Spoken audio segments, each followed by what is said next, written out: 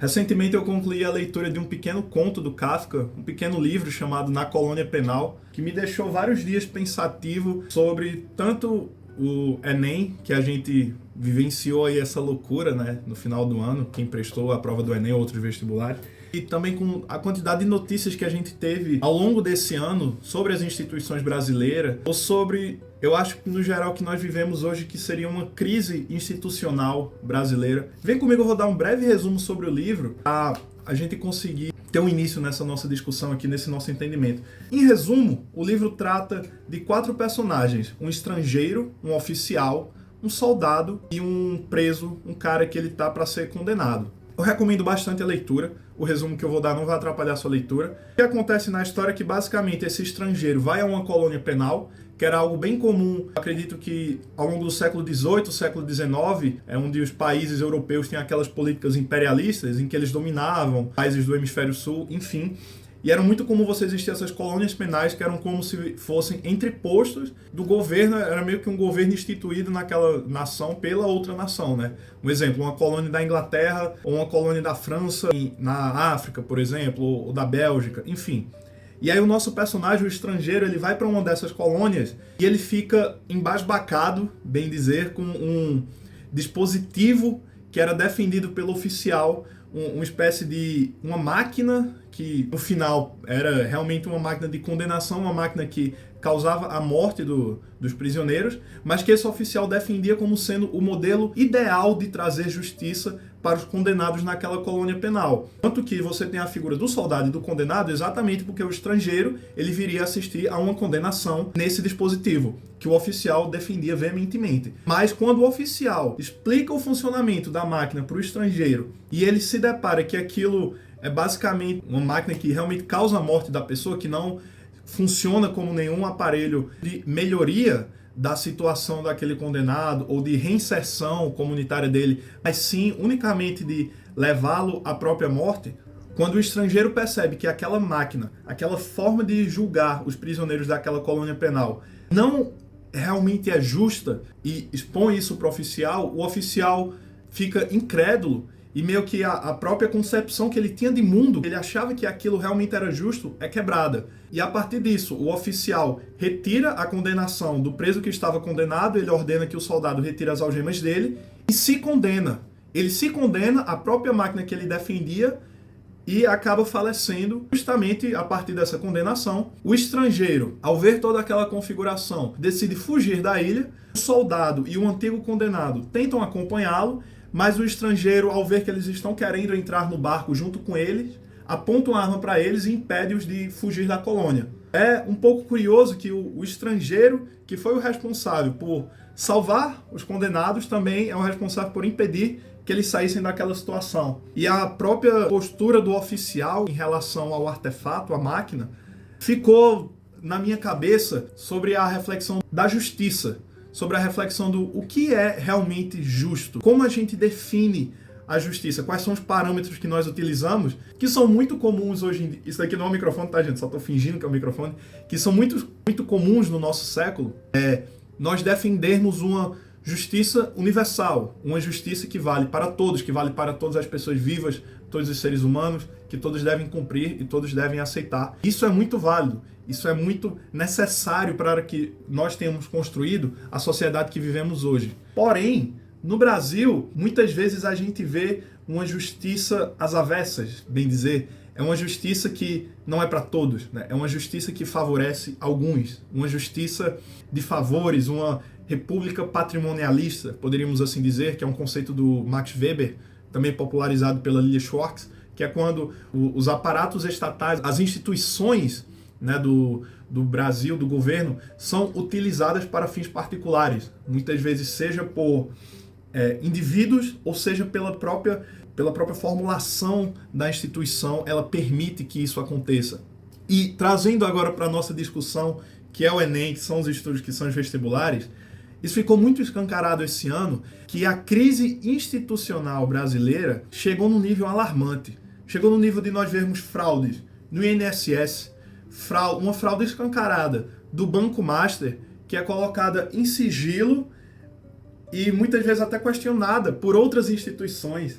E sem querer entrar na guerra maniqueísta que nós temos, bem e mal, direita, esquerda, esquerda, direita. Eu não entro nessa guerra, eu acho que é uma ambivalência isso daí.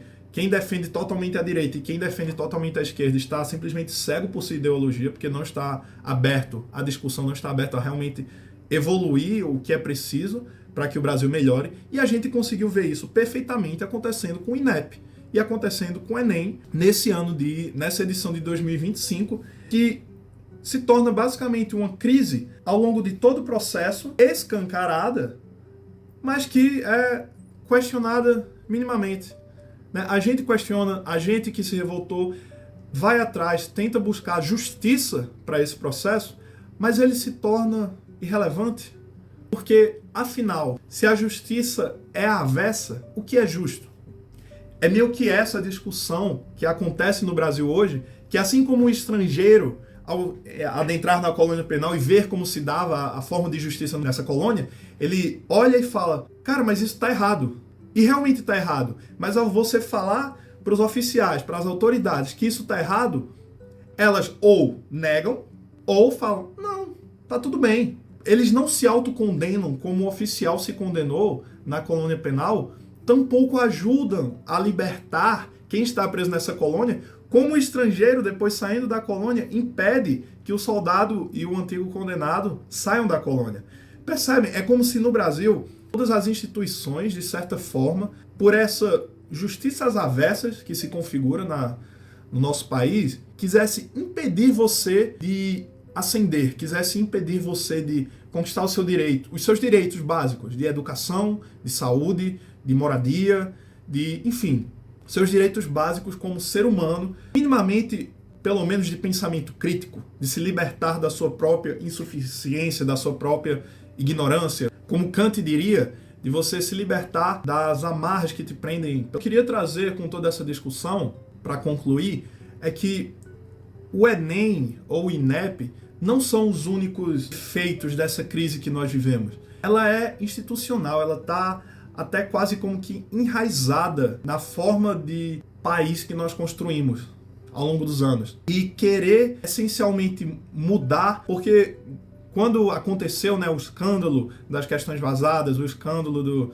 da antecipação, quiçá das questões, gera uma revolta, gera uma inconformação, mas ao mesmo tempo, quando os dias vão passando, as semanas vão passando, a gente começa a pensar, tipo, isso sempre aconteceu, né? Isso já acontecia. E mudar isso, eu acho que passa não necessariamente pela revolta, mas pela garra da persistência. Quando a gente persiste no processo de buscar nossos direitos, apesar das injustiças, apesar dessa justiça às avessas que nós vivemos hoje, nós conseguimos não fugir, porque eu não quero que nós fujamos como o estrangeiro fugiu na colônia penal de Kafka, mas nós conseguimos ter a compreensão do sistema, assim como o oficial da colônia penal teve quando o estrangeiro se cita para ele, isso é injusto. Quando a gente consegue, apesar das injustiças, perceber os nossos erros como nação, como pessoas participantes de um governo, de um Estado, nós conseguimos mudar isso por dentro. Bem, eu acho que ao final, depois das férias e depois que todo esse barulho sobre o resultado do Enem ter passado, a gente já está agora na semana, né? Sexta-feira vai sair de fato a nota segundo a TRI. O que todo esse processo me ensinou foi que nenhuma instituição mais brasileira leva realmente essa justiça completamente a sério. Então nós temos realmente um papel moral como estudantes, como pessoas que buscam que nossa realidade seja melhor, seja da nossa família, seja das nossas comunidades. Nós precisamos defender essa justiça em postura e nas nossas ações, nas nossas decisões futuras. Agora quando for abrir o SISU, agora quando formos, quem sabe, entrar na faculdade. Eu não quis falar sobre o meu resultado no Enem ainda, porque eu vou esperar sair a TRI para ter mais uma certeza, porque discutir número de acertos antes da nota é quase aposta de baixo. Falar, eu acho que vou fazer isso, acho que vou tirar aquilo. Mas ver tudo isso que aconteceu me ensinou muito que isso. Eu acho que é uma reflexão que é válida. Espero que vocês comentem também o que vocês acham sobre todo esse processo. Mas foi muito isso. Você viu, a gente viu acontecer um cara utilizar de uma falha estatal, de uma falha em um órgão do governo para benefício próprio, e não apenas próprio, mas dos seus, né, das pessoas que estavam dispostas dentro daquela, bem dizer, dos alunos dele, a terem acesso a essas informações e se vangloriar com isso. Se vangloriar basicamente por uma injustiça, basicamente por impossibilitar que pessoas tivessem acesso a alguma coisa e dizer que isso é democratizar a educação, democratizar o ensino, quando verdadeiramente não é. Quando claramente não é. Mas nem ele consegue perceber isso. E nem as próprias instituições, como o senhor presidente do INEP, como nós vimos tantas pessoas se posicionando como se uma fraude generalizada num processo que define a vida de milhões de estudantes não fosse relevante.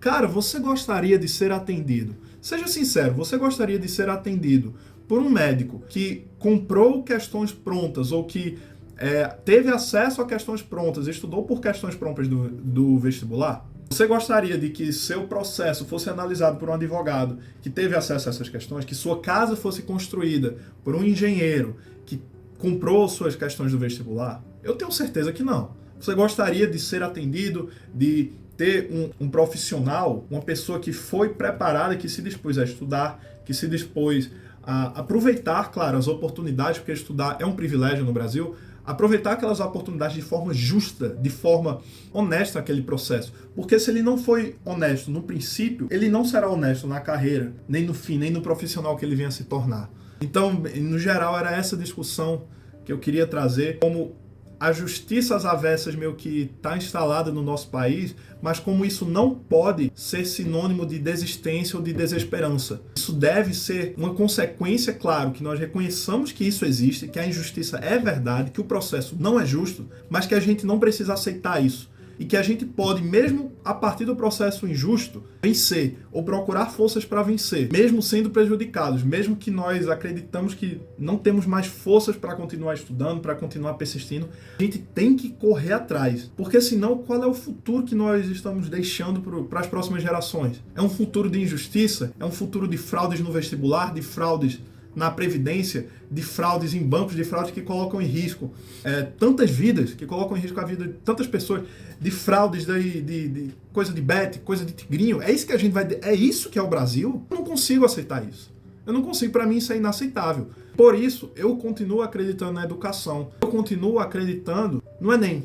Apesar de todos os problemas. Apesar de ser, sim, um exame injusto. Mas eu acredito que é o que consegue te colocar na faculdade. Por exemplo, eu estou buscando medicina e eu reconheço que esse processo é injusto. Eu reconheço que todos não têm as mesmas oportunidades e todos não conseguem ter acesso às questões como os alunos daquele cara lá tiveram, mas eu reconheço que é possível. Apesar das dificuldades, é possível.